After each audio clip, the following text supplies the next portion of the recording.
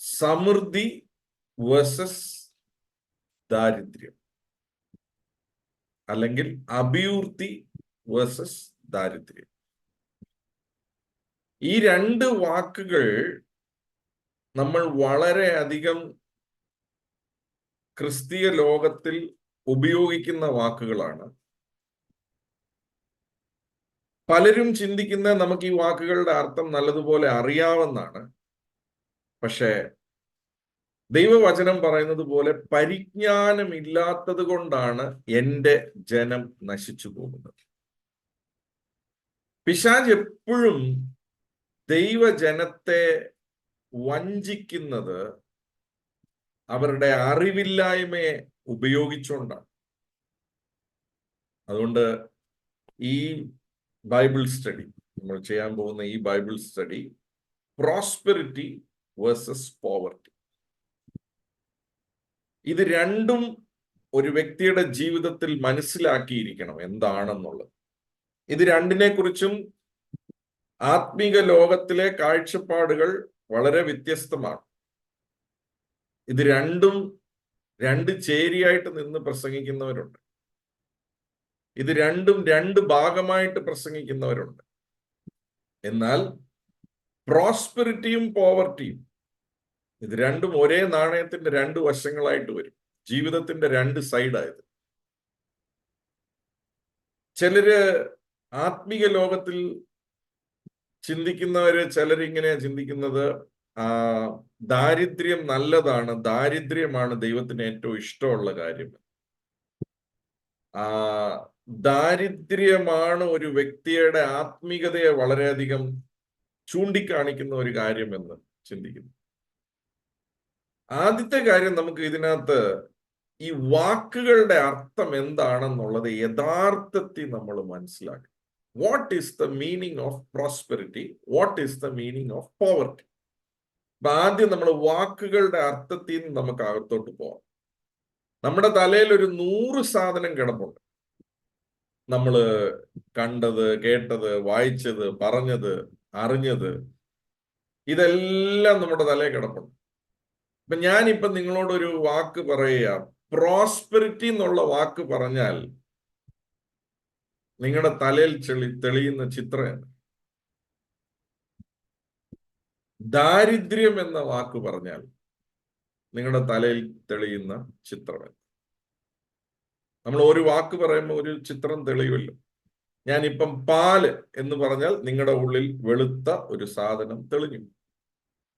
ഞാൻ ആന എന്ന് പറഞ്ഞാൽ നിങ്ങളുടെ ഉള്ളിൽ ഒരു ആന തെളിഞ്ഞു. കറുത്ത ആനയാണെന്ന് വിശ്വസിക്കുന്നു. ഞാൻ വെളുത്ത ആന എന്ന് പറഞ്ഞാൽ ഒരു വെളുത്ത ആന ചിലപ്പോൾ പ്രത്യക്ഷപ്പെടുവായിരുന്നു. ഞാൻ സിംഹം എന്ന് പറഞ്ഞപ്പോൾ ഒരു സിംഹം നിങ്ങൾക്കറിയാം നിങ്ങളുടെ തലയിൽ പ്രത്യക്ഷപ്പെട്ടു. ഞാൻ ഈ പറഞ്ഞ വാക്കുകളിലെല്ലാം ഏകദേശം ചിന്തിച്ച എല്ലാവരുടെയും, പ്രത്യക്ഷപ്പെട്ട എല്ലാവരുടെയും കാര്യത്തിൽ ഏകദേശം സെയിം ആയിരിക്കും. പക്ഷേ പ്രോസ്പെരിറ്റി എന്ന വാക്കും പോവർട്ടി എന്ന വാക്കും കേൾക്കുമ്പോൾ പലർക്കും പലതാ തെളിയുന്നത്.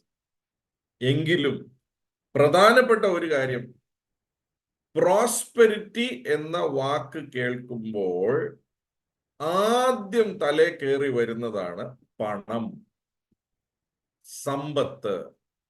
ഇതാണ് ഏറ്റവും കൂടുതൽ ആൾക്കാര് പ്രോസ്പെരിറ്റി എന്ന വാക്ക് കേട്ടാൽ ആദ്യം തലേ വരുന്നത്. പ്രത്യേകിച്ച് ആത്മീക ലോകത്തിൽ ദൈവമക്കളുടെ ഇടയിൽ ഇത് തെറ്റാണെന്നും ശരിയാണെന്നും പ്രസംഗിക്കുന്ന രണ്ടു കൂട്ടരുടെ ഇടയ്ക്ക് മിക്കവാറും പ്രോസ്പെരിറ്റി എന്നുള്ള വാക്ക് കേട്ടാൽ പണം, സമ്പത്ത്,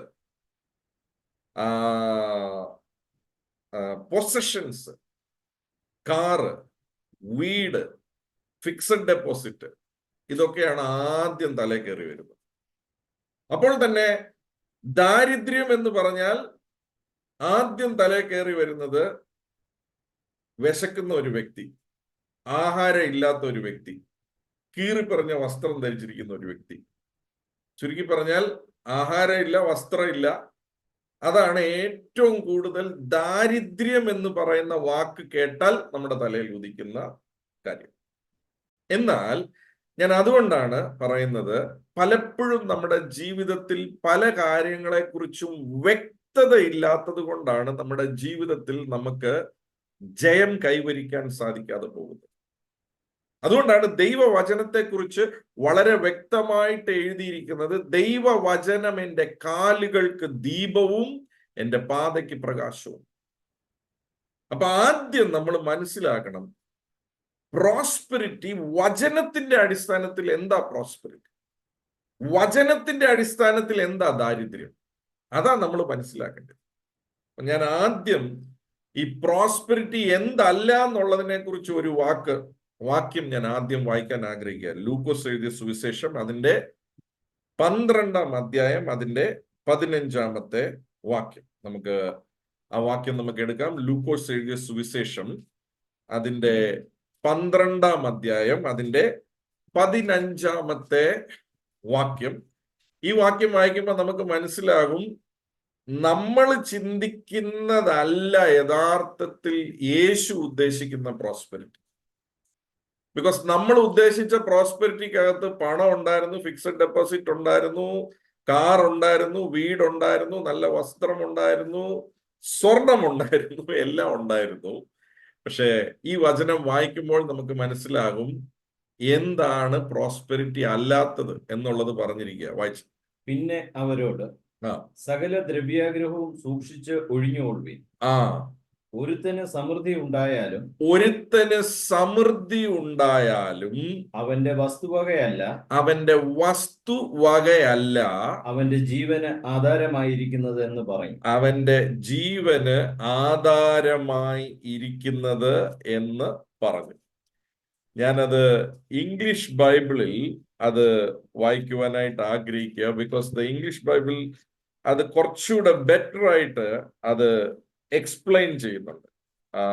ലൂക്കോസിന്റെ സുവിശേഷം 12-ാം അധ്യായം അതിന്റെ 15-ാമത്തെ വാക്യം ഞാനിവിടെ വായിക്കാം. അതിങ്ങനെയാ പറയുന്നത്. And he said to them, take heed and beware of covetousness, for a man's life consisteth not in the abundance of the things which he possesseth. ഒരാളുടെ ജീവിതത്തിലുള്ള വസ്തുവകകൾ വെച്ചോ സാധനങ്ങൾ വെച്ചോ ഒരാള് സമ്പന്നനാണെന്ന് പറയാൻ സാധിക്കത്തില്ല. സോ ഈ ബൈബിൾ സ്റ്റഡി നമ്മൾ മുന്നോട്ട് കൊണ്ടുപോകുമ്പോൾ ആദ്യം ദൈവമക്കൾ എഴുതി വെക്കേണ്ട ഒരു കാര്യമുണ്ട്. സമ്പത്തും വസ്തുവകകളും അല്ല ഞാൻ സമ്പന്നനാണോ എന്ന് തീരുമാനിക്കാനുള്ള കാരണം. That's the most important thing.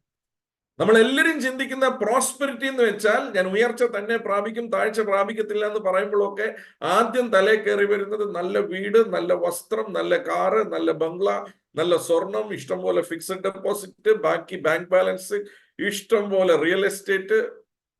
അതാണ് നമ്മുടെ തലേ വരുന്നത്. നോ, ശ്രദ്ധിച്ചു കേൾക്കണേ. വചനത്തെ കോട്ടി മാറ്റാൻ വളരെ ഈസിയാ. എങ്കിലും പ്രോസ്പെരിറ്റിയുടെ ഒരു വളരെ ഇമ്പോർട്ടന്റ് ഭാഗമാണ് ഇതെല്ലാം. ഇതല്ല ഒരാള് പ്രോസ്പെറസ് ആണെന്ന് തീരുമാനിക്കുന്നത്. ബിക്കോസ് നിങ്ങൾ ആ വാക്യത്തിന്റെ താഴോട്ടുള്ള വാക്യം നിങ്ങൾ വായിച്ചാൽ യേശു അവിടെ ഒരു ഉപമ പറഞ്ഞിട്ടുണ്ട്. ഇതെല്ലാം ഉണ്ടായിരുന്ന ഒരാൾക്ക് ദൈവവുമായിട്ട് ബന്ധമില്ലാത്ത വ്യക്തിയായിരുന്നു. പിതാവുമായിട്ട് ബന്ധമില്ലാത്ത, സ്വർഗത്തിലെ പിതാവുമായിട്ട് ബന്ധമില്ലാത്ത ഒരു വ്യക്തിയെ കുറിച്ച് ആ ലൂക്കോസ് 12-ന്റെ 16 തൊട്ടുള്ള വാക്യങ്ങളിൽ നിങ്ങൾക്ക് വായിക്കുവാനായിട്ട് സാധിക്കും. അപ്പൊ അവന്റെ നിലം നല്ലതുപോലെ വിളഞ്ഞു, അവൻ ഇഷ്ടം പോലെ ആ വിളച്ചിൽ കൂടിയപ്പോൾ അവന് തോന്നി, ഞാൻ എൻ്റെ സ്റ്റോർ റൂംസ് എല്ലാം തിരിച്ച് പൊളിച്ച് വലുത് പണിയും, ഞാൻ അടുത്ത വർഷങ്ങൾക്കുള്ളത് ഞാൻ സ്റ്റോർ ചെയ്യും, ഇനി ഞാൻ എന്നോട് തന്നെ പറയും തിന്നുക, ആനന്ദിക്കുക, കുടിക്കുക എന്ന് പറയും. പക്ഷെ അവിടെ യേശു പറയുക, ഇന്ന് രാത്രി മൂടാന്നാ വിളിക്കുന്നത്. മൂടാ, ഇന്ന് രാത്രി നിന്റെ ആത്മാവിനെ ഡിമാൻഡ് ചെയ്താൽ, ഞാൻ തിരിച്ചെടുത്താൽ നീ ഉണ്ടാക്കിയത് ആർക്ക് പോകും? അപ്പം അവിടെ ആ ഉപമയുടെ അർത്ഥം എന്താണെന്ന് പറഞ്ഞാൽ, ഏറ്റവും ഇമ്പോർട്ടന്റ്, പ്രോസ്പെരിറ്റിയുടെ ഏറ്റവും ഇമ്പോർട്ടന്റ് ഭാഗം എന്ന് പറയുന്നത് ഈ സ്നേഹിക്കുന്ന ദൈവവുമായിട്ടുള്ള, അഥവാ തൻ്റെ മക്കളും അപ്പനും തമ്മിലുള്ള ആ ബന്ധത്തിലാണ് പ്രോസ്പെരിറ്റി അടങ്ങിയിരിക്കുന്നത്. അതില്ലാത്തത് പ്രോസ്പെരിറ്റി അല്ല. പ്രോസ്പെരിറ്റിയുടെ അടിസ്ഥാനം, പ്രോസ്പെരിറ്റിയുടെ എസൻസ് കയ്യിലുള്ള വസ്തുവകകളല്ല. നമുക്ക് ചിലരെ കണ്ടാൽ തോന്നും അവർ BMW വരുന്നത്, അവർ ഏറ്റവും കോസ്റ്റ്ലി ഓർണമെന്റ്സ് ആയിരിക്കും ധരിക്കുന്നത്, ഏറ്റവും വലിയ ഹോട്ടലിലായിരിക്കും കഴിക്കുന്നത്. നിങ്ങൾക്ക് അറിയത്തില്ലായിരിക്കും അവർ കോടികളുടെ കടം മേടിച്ചായിരിക്കും വെച്ചിരിക്കുന്നത്. ഒരു ദിവസം മതി, കൊമള പോലെ പൊട്ടിക്കഴിയുമ്പം BMW കാറും പോവും, വീടും പോവും, ഹോട്ടലിന്റെ സന്ദർശനവും പോവും. ചിലര് വേറെ എന്തെങ്കിലും തെറ്റായിട്ട് കാര്യങ്ങൾ പ്രവർത്തിച്ചിട്ടുണ്ടെങ്കിൽ സാമ്പത്തികമായിട്ട് ജയിലിലും പോകും. നമ്മൾ എത്രയോ പേരെ കണ്ടിട്ടുണ്ട്. അപ്പൊ ജീവിതത്തിൽ സമ്പത്തല്ല എന്നെ സമ്പന്നൻ എന്ന് വിളിക്കാനുള്ള കാരണം, ജീവിതത്തിൽ യേശുവുമായിട്ടുള്ള ബന്ധമാണ് ആദ്യം ഞാൻ സമ്പന്നനാകാനുള്ള കാരണം. ചിലർ ഇതിനെ തിരിച്ചിട്ട് എന്നാ പറഞ്ഞു, അങ്ങനെ യേശുവുമായിട്ട് ബന്ധമുള്ള ഒരു വ്യക്തിക്ക് സമ്പത്ത് ഉണ്ടാകത്തില്ല. യേശുവുമായിട്ട് ബന്ധമുണ്ടെങ്കിൽ മരുഭൂമി ജീവിതമാണ്. യേശുവുമായിട്ട് ബന്ധമുള്ളെങ്കിൽ അവൻ ഇക്ഷ എണ്ണ വരയ്ക്കും ഈ ഭൂമിയിൽ. യേശുവുമായിട്ട് ബന്ധമാണോ അവൻ കീറിയ ഷർട്ട് ഇട്ടുകൊണ്ടേ നടക്കാവുള്ളൂ. യേശുവുമായിട്ട് ബന്ധമുള്ള വ്യക്തിയാണോ അവൻ ഈ ഭൂമിയിൽ ഒരിക്കലും ഗതി പിടിക്കത്തില്ല. പക്ഷെ ഇതൊന്നും ദൈവവചനത്തിൽ എഴുതി വെച്ചിട്ടില്ല. നമ്മൾ ചിലതിനെ അവിടെ ഇവിടെ വലിച്ചും കൂട്ടിയും പറിച്ചും നമ്മൾ ഇതിനെ അറൈവ് ചെയ്യുക ഇങ്ങനെ ആയിരിക്കുമെന്ന്. അതുകൊണ്ടാണ് ഞാൻ പറഞ്ഞ വ്യക്തത ഇല്ലാത്തതുകൊണ്ടാണ് ദൈവമക്കൾ ജീവിതത്തിൽ കഷ്ടപ്പെടുന്നത്. സോ ആദ്യത്തെ ഒരു കാര്യം, നമ്മുടെ ബൈബിൾ സ്റ്റഡിയിൽ ആദ്യത്തെ ഒരു കാര്യം സ്ഥാപിച്ചോണം. സമ്പന്നതയുടെ ഏറ്റവും അടിസ്ഥാനം യേശുവുമായിട്ടുള്ള ബന്ധം, സ്നേഹിക്കുന്ന ഈ അപ്പനുമായിട്ടുള്ള ബന്ധമാണ് സമ്പന്നതയുടെ ആദ്യത്തെ അടിസ്ഥാനം. എപ്പോഴാണ് സമ്പന്നത നഷ്ടപ്പെടുന്നതെന്ന് ചോദിച്ചാൽ, ഈ അപ്പനുമായിട്ടുള്ള ബന്ധം നഷ്ടപ്പെടുമ്പോഴാണ് സമ്പന്നത നഷ്ടപ്പെടുന്നത്. ബിക്കോസ് യേശു പറഞ്ഞ ഉപമയിൽ ഇതെല്ലാം ഉണ്ടായിട്ട് അവന് അപ്പനുമായിട്ട് ബന്ധമില്ല, ദൈവവുമായിട്ട് ബന്ധമില്ല. അവനെ സമ്പന്നനായിട്ട് ദൈവം കരുതിയില്ല. അപ്പം ദൈവവുമായിട്ടുള്ള നമ്മുടെ ബന്ധമാണ് നമ്പർ 1 സമ്പന്നതയുടെ. ഓക്കെ, അപ്പം ദൈവവുമായിട്ടുള്ള ബന്ധം നഷ്ടപ്പെടുമ്പോൾ ഉണ്ടാകുന്നതാണ് ദാരിദ്ര്യം.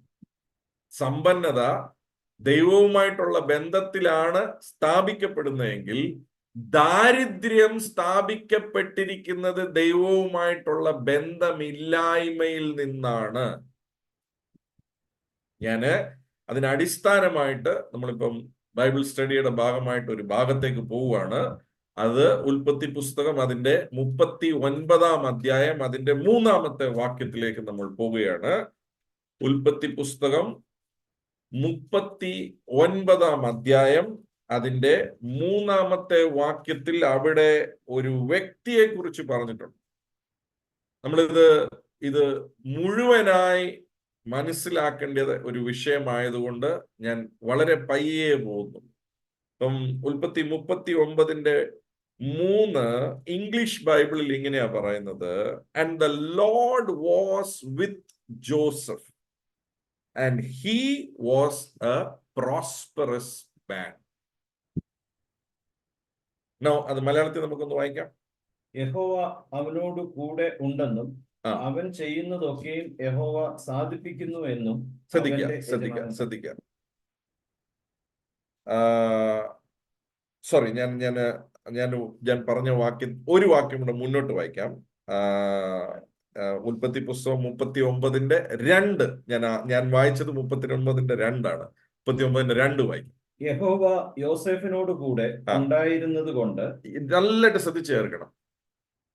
ദൈവം യോസേപ്പിന്റെ കൂടെ ഉണ്ടായിരുന്നത് കൊണ്ട്, അവിടെ അതാണ് അണ്ടർലൈൻ ചെയ്യേണ്ട വാക്യം. ദൈവം യോസേപ്പ് എന്ന മനുഷ്യന്റെ കൂടെ ഉണ്ടായിരുന്നത് കൊണ്ട്. വായിച്ചേ.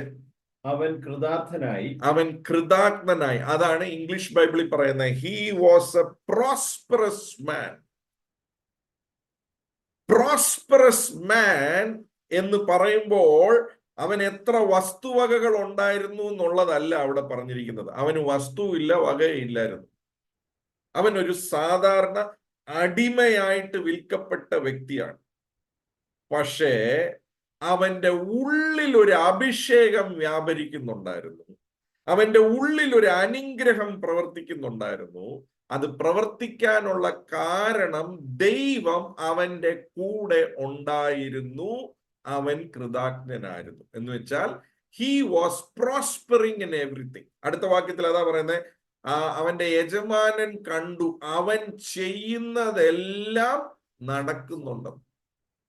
ആ വാക്യം കൂടെ ഒന്ന് വായിച്ചേ, 3 കൂടെ ഒന്ന് വായിച്ചേ.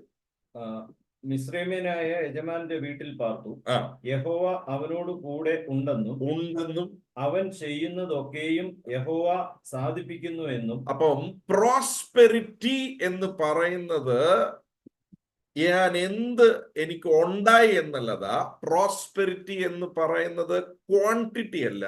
പ്രോസ്പെരിറ്റി എന്ന് പറയുന്നത് ക്വാളിറ്റിയാണ്. ഒരു വ്യക്തിക്കുള്ളിൽ പ്രവർത്തിക്കുന്ന ഒരു ഗുണമാണ്. അവൻ ചെയ്യുന്നതെല്ലാം സക്സസ്ഫുൾ ആകും. ഒന്നുകൂടെ ആ വാക്യം വായിക്കാവോ? യഹോവ യോസേഫിനോട് കൂടെ ഉണ്ടായിരുന്നത് കൊണ്ട് അവൻ കൃതാർത്ഥനായിരുന്നു. മിസ്രൈമ്യനായ യജമാന്റെ വീട്ടിൽ പാർത്തു. യഹോവ അവനോട് കൂടെ ഉണ്ടെന്നും അവൻ ചെയ്യുന്നതൊക്കെയും യഹോവ സാധിപ്പിക്കുന്നു എന്നും. സാധിപ്പിക്കുക. എന്താ പ്രോസ്പെരിറ്റി? പ്രോസ്പെരിറ്റി എന്ന് പറഞ്ഞാൽ ഒരു വ്യക്തി ചെയ്യുന്നതെല്ലാം ശബലമാകുന്നത്. When a man succeeds in everything that he does, that is when he is a prosperous man. Prosperity is not measured by the possession. Prosperity is measured by the success you bring in what you do. നിങ്ങൾ ചെയ്യുന്നതിൽ ജയം എപ്പോൾ ഉണ്ടാകുന്നോ അപ്പോഴാണ് നിങ്ങൾ ഒരു prosperous വ്യക്തി.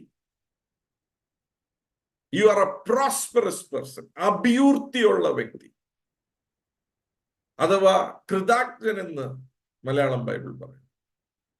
അപ്പൊ ആ പ്രോസ്പെരിറ്റിക്ക് ഒരു കാരണമുണ്ട്. ദൈവം അവന്റെ കൂടെ ഉണ്ടായിരുന്നു. അതുകൊണ്ട് അവൻ ചെയ്യുന്നതെല്ലാം ഫലിച്ചു. എന്നെ കേൾക്കുന്ന ദൈവമക്കൾ വളരെ ശ്രദ്ധിച്ച് കേൾക്കുക.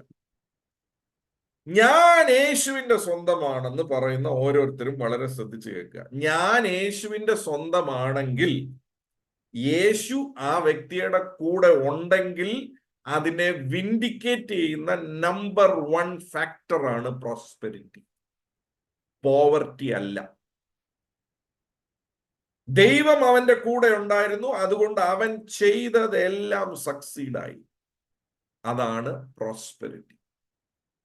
അവൻ എന്താണോ ചെയ്യുന്നത്, അവന്റെ കൈ എന്തേലാണോ വെക്കുന്നത്. അതുകൊണ്ട് നമ്മള് മലയാളത്തിൽ ഇങ്ങനെ ഒരു ചൊല്ലുണ്ട്, കൈ വെക്കുന്നതെല്ലാം പൊന്നാകുന്നു, തൊടുന്നതെല്ലാം പൊന്നാകുന്നു. അതേപോലെ തന്നെയാണ് യോസേപ്പ് എവിടെ കൈവെക്കുന്നോ അത് സക്സസ് ആവും. യോസേപ്പ് ഏത് ചെയ്യുന്നോ അത് സക്സീഡ് ആവും. എപ്പോഴാണ് ഒരു ദൈവ പൈതൽ പ്രോസ്പെറസ് എന്ന് പറയുന്നതെന്ന് അറിയാവോ? ജീവിതത്തിന്റെ എല്ലാ മേഖലയിലും അവനോ അവളോ കൈവെക്കുന്നത് സക്സസ് ആകുമ്പോഴാണ് അവൻ പ്രോസ്പെറസ് ആണെന്ന് പറയുന്നത്.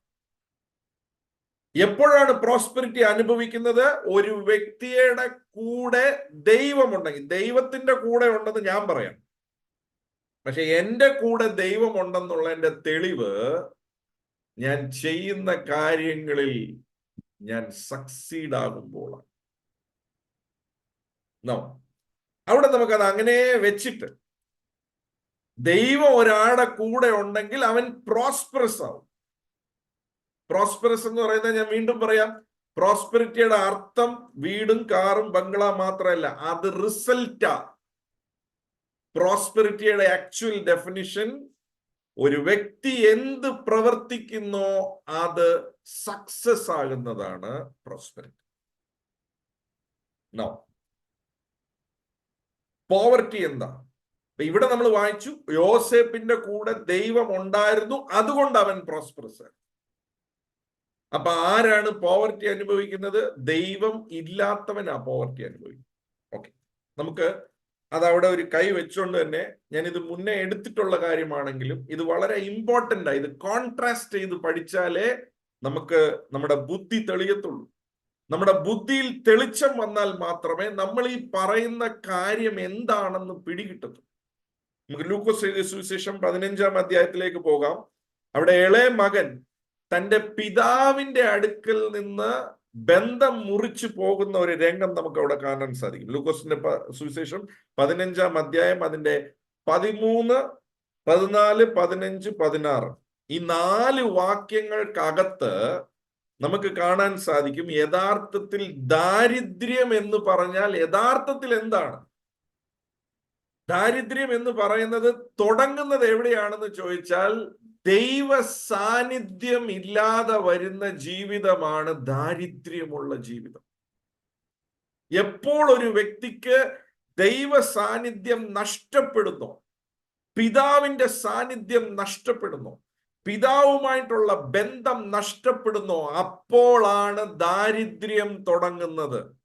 ഞാൻ വീണ്ടും പറയാം, വസ്തുവകകളല്ല എന്ന് പറയുമ്പോൾ നിങ്ങൾ ചിന്തിക്കരുത് അപ്പം വസ്തുവകകൾ ഇല്ലാതെ ഇരിക്കുന്നതാണ് പ്രോസ്പെരിറ്റി. അല്ല.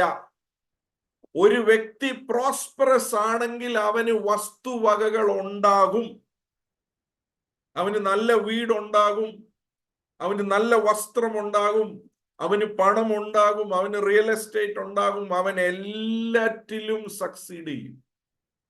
പക്ഷേ അത് ദൈവ സാന്നിധ്യത്തോടു കൂടെ ചേർന്നുള്ളതായി, അതിന്റെ പേരാ പ്രോസ്പെരിറ്റി. എന്നാൽ ലോകം പറയുന്ന പ്രോസ്പെരിറ്റി പണം മാത്രം ഉണ്ടെങ്കിൽ, അതുകൊണ്ടാണ് ഈ ചിലർക്ക് ഇതൊന്നും മനസ്സിലാകാത്ത, അവര് പ്രോസ്പെരിറ്റിയാ പറയുന്നത്, ഇവര് പ്രോസ്പെരിറ്റിയാ പറയുന്നത്.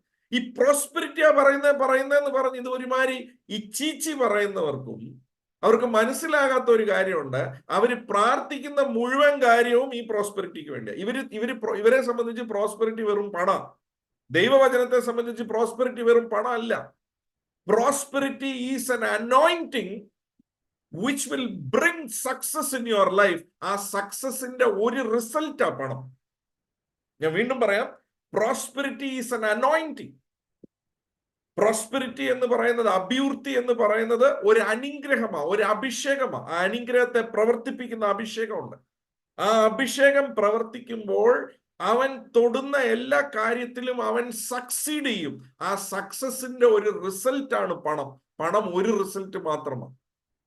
എല്ലാ മേഖലയിലും അവൻ അതിന്റെ അഭിവൃദ്ധി ഉണ്ടാകും, അവന് റിസൾട്ട് ഉണ്ടാകും. അതിന്റെ പേരാണ് യഥാർത്ഥ പ്രോസ്പെരിറ്റി. നോ, അതുകൊണ്ടാണ് ഇവിടെ നമുക്ക് കാണാൻ സാധിക്കും ദൈവ സാന്നിധ്യം നഷ്ടപ്പെടുമ്പോൾ എന്താ സംഭവിക്കുന്നത്, അപ്പോഴാണ് യഥാർത്ഥ ദാരിദ്ര്യം തുടങ്ങുന്നത്. നമ്മളെ സംബന്ധിച്ച് ദാരിദ്ര്യം എന്ന് പറഞ്ഞാൽ വെറും നമ്മൾ കുറച്ചു മുമ്പേ പറഞ്ഞതുപോലെ കീറിയ വസ്ത്രം, ആഹാരം ഇല്ല, ഇതാണ് നമ്മളെ സംബന്ധിച്ച് ദാരിദ്ര്യം. ദാരിദ്ര്യത്തിന്റെ അടിസ്ഥാനം അപ്പനുമായിട്ടുള്ള ബന്ധമില്ലായ്മ. ഈ ഇളയ മകൻ തന്റെ കയ്യിൽ ഇഷ്ടം പോലെ പണം എടുത്തോണ്ടാ പോയത്. നമുക്ക് ആ വാക്യം വായിക്കുമ്പോൾ നമുക്ക് മനസ്സിലാവാനായിട്ട് സാധിക്കും. ലൂക്കോസ് എഴുതിയ സുവിശേഷം അതിന്റെ 15-ാം അധ്യായം അതിന്റെ 13-ാമത്തെ വാക്യം തുടങ്ങി നമ്മൾ വായിക്കുമ്പോൾ, വായിച്ച് ലൂക്കോസിന്റെ സുവിശേഷം 15-ന്റെ 13 തൊട്ട് വായിച്ചു. ഏറെ നാൾ കഴിയും മുമ്പേ ഇളയ മകൻ സകലവും സ്വരൂപിച്ച് ദൂരദേശത്തേക്ക്. അപ്പൊ അവന് സ്വരൂപമുണ്ട്, അവന് എല്ലാത്തിനെയും സ്വരൂപിച്ചു. അവന്റെ കയ്യിൽ ഇഷ്ടം പോലെ പൈസയുണ്ട്, ഇഷ്ടം പോലെ വെൽത്ത് ഉണ്ട് അവന്റെ കയ്യിൽ, ഇഷ്ടം പോലെ അവന് ആഗ്രഹിക്കുന്ന മുഴുവൻ കാര്യങ്ങളും സാധിക്കാനുള്ള പണം അവന്റെ കയ്യിലുണ്ട്. പക്ഷെ ഇപ്പൊ നഷ്ടപ്പെടുന്ന ഒരു കാര്യമുണ്ട്, പിതാവിന്റെ സ്നേഹം, പിതാവുമായിട്ടുള്ള ബന്ധം, പിതാവുമായിട്ടുള്ള ഐക്യം. അതവന് നഷ്ടപ്പെടുക. അവൻ എന്താ ചിന്തിച്ചെന്ന് വെച്ചാൽ, പ്രോസ്പെരിറ്റി എന്ന് വെച്ചാൽ പണം ഉണ്ട്, ഞാൻ പ്രോസ്പെറസ് ഇല്ല. എന്നെ കേൾക്കുന്ന ദൈവമക്കൾ, ഞാനിത് പറയുന്നത് വീണ്ടും വീണ്ടും മനസ്സിലാക്കിക്കോ. ദൈവത്തോടുള്ള ബന്ധമാണ് പ്രോസ്പെരിറ്റിയുടെ അടിസ്ഥാനം, അല്ലാതെ കയ്യിലുള്ള കാശല്ല പ്രോസ്പെരിറ്റിയുടെ അടിസ്ഥാനം. എന്നാൽ ദൈവത്തോടുള്ള ബന്ധം എപ്പം നഷ്ടപ്പെടുന്നോ, കയ്യിലുള്ള വസ്തുവകകൾക്ക് യാതൊരു പ്രാധാന്യമില്ല. നോക്കിയേ, ബന്ധം നഷ്ടപ്പെട്ടു. ദൈവവുമായിട്ടുള്ള ബന്ധം, സ്നേഹിക്കുന്ന അപ്പനുമായിട്ടുള്ള ബന്ധം നഷ്ടപ്പെട്ടപ്പം എന്താ സംഭവിക്കുന്നതെന്ന് നോക്കിയേ. ആദ്യം അവൻ ദൂരദേശത്ത് പോയത് മാത്രമല്ല, വായിച്ച് അവിടെ ഞാൻ ഇത് മുന്നേ എടുത്തിട്ടുള്ളതാ. ഈ 7 കാര്യവും നിങ്ങൾ എഴുതി വെച്ചോ. ഈ 7 കാര്യങ്ങളിൽ ഒന്നോ രണ്ടോ പലതോ ഒരാളുടെ ജീവിതത്തിൽ നടക്കുന്നുണ്ടെങ്കിൽ അതിന്റെ അർത്ഥം ആ വ്യക്തിക്ക് പിതാവുമായിട്ടുള്ള ബന്ധം നഷ്ടപ്പെട്ടിട്ടുണ്ട്. ബിക്കോസ് യോസേപ്പിന്റെ കാര്യത്തിൽ നിന്നാണ് ഞാൻ തുടങ്ങിയത്. ദൈവം യോസേപ്പിന്റെ കൂടെ ഉണ്ടെങ്കിൽ അവൻ കൃതജ്ഞനാണ്. ഹി വാസ് എ പ്രോസ്പെറസ് മാൻ. എന്താ പ്രോസ്പെറിറ്റി? യോസേപ്പിന് കാറില്ല, യോസേപ്പിന് വീടില്ല, യോസേപ്പിന് ഫ്ലാറ്റ് ഇല്ല, യോസേപ്പിന് എന്താ പറയുന്ന നല്ല വസ്ത്രം ഇല്ല, യോസേപ്പിന് ബംഗ്ലാ ഇല്ല, യോസേപ്പിന് എസ്റ്റേറ്റ് ഇല്ല, ഒന്നുമില്ല. പക്ഷെ ദൈവവചനം പറയാ ഹി വാസ് എ പ്രോസ്പെറസ് മാൻ. എന്താ പ്രോസ്പെറിറ്റി? തൊടുന്നതെല്ലാം ജയിക്കും, തൊടുന്നതെല്ലാം സക്സീഡ് ആവും. അതാ പ്രോസ്പെറിറ്റി. അതിന്റെ റിസൾട്ട് പണം വരുവോ? വരും. അതിന്റെ റിസൾട്ട് കാറ് വരുവോ? വരും. അതിന്റെ റിസൾട്ട് ബംഗ്ലാ വരുവോ? വരും. അതിന്റെ റിസൾട്ട് നല്ല വസ്ത്രം വരുവോ? വരും. ഇതെല്ലാം റിസൾട്ടാ. റിസൾട്ട് വെച്ചല്ല മെഷർ ചെയ്യേണ്ടത്. Because result could be very deceiving. ആ റിസൾട്ട് ഡിസീവിങ് ആയതുകൊണ്ടാണ് ദൈവമക്കൾ പലരും പ്രോസ്പെരിറ്റിയെ അതിനെ വെറുക്കുന്നത്. അപ്പം പണമുള്ളവനെല്ലാം പിശാച് ആയിരിക്കും. അല്ല. ആര് പറഞ്ഞു? ദൈവമുള്ള ഒരു വ്യക്തിയെ ദൈവം പ്രോസ്പെറസ് ആക്കുമ്പോൾ ആ വ്യക്തിയുടെ ജീവിതത്തിൽ എല്ലാ നന്മകളും എല്ലാ അനുഗ്രഹങ്ങളും ഉണ്ടാകും. നമുക്ക് ഈ വാക്യം വായിച്ചിട്ട് ഞാൻ അതിന്റെ വാക്യം വായിപ്പിക്കാം. സോ ആദ്യത്തെ കാര്യം, ഒന്നാമത്തെ കാര്യം, അവൻ അത് എടുത്തോണ്ട് സ്വരൂപിച്ചോണ്ട് ദൂരദേശത്ത് പോയി. അപ്പൊ ആദ്യം സംഭവിക്കുന്നത് ബന്ധം നഷ്ടപ്പെട്ടു. അപ്പനുമായിട്ടുള്ള ബന്ധം നഷ്ടപ്പെട്ടപ്പോൾ വായിച്ചേ, അവിടെ ദുർനടപ്പുകാരനായി ജീവിച്ചു. അപ്പൊ ആദ്യത്തെ കാര്യം, പുള്ളി ദുർനടപ്പുള്ളവനായി. എപ്പോഴാ ദുർനടപ്പുണ്ടാകുക? അപ്പൊ നമ്മൾ ചിന്തിക്കുന്ന ദാരിദ്ര്യത്തിന്റെ ഭാഗത്ത് ദുർനടപ്പൊന്നും ഇല്ലെന്നാ. ഇല്ല, ദാരിദ്ര്യം എന്ന പിക്ചറിനകത്ത് ഇത് മുഴുവനും ഉണ്ട്. പ്രോസ്പെരിറ്റി എന്ന പിക്ചർ ഞാൻ പെയിന്റ് ചെയ്ത് കാണിക്കാം. ഇപ്പം ദാരിദ്ര്യം എന്ന പിക്ചർ പെയിന്റ് ചെയ്ത് കാണിക്കാം. ദാരിദ്ര്യം എന്ന പിക്ചറിൽ അപ്പനുമായിട്ടുള്ള ബന്ധം നഷ്ടപ്പെട്ട് കഴിഞ്ഞാൽ മുഴുവനും അവൻ എന്നാ ചെയ്തു? അവന് ദുർനടപ്പുണ്ടായി. വായിച്ചേ. ദുർനടപ്പുകാരനായി ജീവിച്ചു. വസ്തു നാനാവിധമാക്കി കളഞ്ഞു. വേസ്റ്റ് ചെയ്ത് കളഞ്ഞു. അപ്പൊ ദുർനടപ്പുണ്ടാകും, വസ്തു നാനാവിധമാകും. നമ്മളിൽ പലർക്കും അറിയത്തില്ല ദുർനടപ്പുള്ള ഒരു ജീവിതം ദാരിദ്ര്യമാണെന്ന്. അതാണ് നമ്പർ 1 ദാരിദ്ര്യം. പിതാവുമായിട്ടുള്ള ബന്ധം നഷ്ടപ്പെടുമ്പോൾ ദുർനടപ്പുള്ള ജീവിതം ഉണ്ടായിക്കഴിഞ്ഞാൽ അതാണ് നമ്പർ 1 ദാരിദ്ര്യം.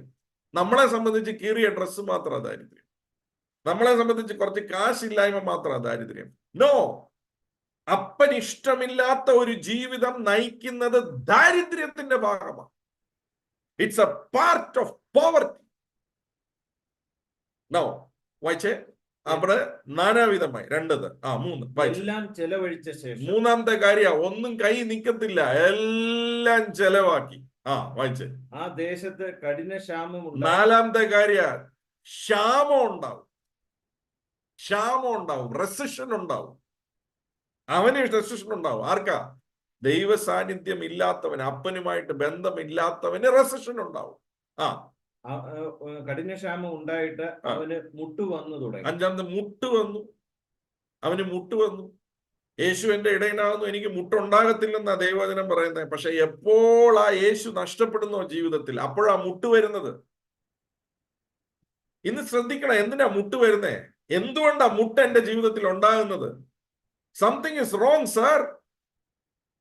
അയ്യോ, ഞാൻ യേശുവിന്റെ സ്വന്തം, ഞാൻ യേശുവിന്റെ വകയാ. യേശു കൂടെ ഉണ്ടെങ്കിൽ യോസേപ്പിനെ പോലെ പ്രോസ്പെറസ് ആയിരിക്കും. എന്താ പ്രോസ്പെരിറ്റി? കൈവെക്കുന്നതെല്ലാം സക്സസ് ആ. സക്സീഡ് ചെയ്യണം. ഇന്നൊരു പക്ഷെ ചിലത് കാണത്തില്ല, അതിന് കുഴപ്പമില്ല. പക്ഷേ ദാരിദ്ര്യത്തിന്റെ ഭാഗം മുട്ട്. ദാരിദ്ര്യത്തിന്റെ ഭാഗം മുട്ട് വരിക എന്ന് പറയുന്നത്. ഒരു കാര്യം ആവശ്യമുണ്ട്, പക്ഷെ അത് ചെയ്യാൻ സാധിക്കത്തില്ല. വായിച്ചേ. മുട്ടുവന്നു. മുട്ടുവന്നു തുടങ്ങി. അവൻ ആ ദേശത്തിലെ പൗരന്മാരിൽ ഒരുത്തനെ ചെന്ന് ആശ്രയിച്ചു. അടുത്തത്, ദൈവത്തിലുള്ള ആശ്രയം മാറി മനുഷ്യനിലുള്ള ആശ്രയം. നമ്മളെ സംബന്ധിച്ച് ഇതൊന്നും ദാരിദ്ര്യമല്ല, ഇതാണ് ദാരിദ്ര്യത്തിന്റെ ചിത്രം. ഇന്ന് രാത്രി എന്നെ ശ്രദ്ധിക്കുന്ന എല്ലാ പ്രിയപ്പെട്ടവരുടെയും തലയ്ക്കകത്ത് ഇനി ദാരിദ്ര്യം എന്ന് പറഞ്ഞാൽ ഈ 7 കാര്യങ്ങൾ ചിത്രത്തിൽ വരണം. എപ്പം മനുഷ്യനിൽ ആശ്രയിക്കുന്നു, അയ്യോ അവര് തന്നിരുന്നേ, ഇവര് തന്നിരുന്നേ, അയ്യോ അവരെനിക്ക് എന്നേലും ഒരു സഹായം ചെയ്തിരുന്നേ, ദാരിദ്ര്യത്തിന്റെ ഭാഗം അത്. സോ ആശ്രയം മാറുക. വായിച്ച അടുത്തത് വായിച്ച ആ വാക്യം കണ്ടിന്യൂ ചെയ്ത. എല്ലാം ചെലവഴിച്ച ശേഷം ആ ദേശത്ത് കഠിനക്ഷാമം ഉണ്ടായിട്ട് ക്ഷാമമുണ്ടായി, മുട്ടുണ്ടായി. അവൻ ആ ദേശത്തിലുള്ള ഒരു പൗരന്മാരിൽ ഒരുത്തനെ പോയി ആശ്രയിച്ചു, ആശ്രയം മാറി. അവൻ അവനെ തന്റെ വയലിൽ പന്നികളെ മേയ്പ്പാൻ അയച്ചു. പന്നി തിന്നുന്ന വാളവര കൊണ്ട് വയറ് നിറപ്പാൻ അവൻ ആഗ്രഹിച്ചു.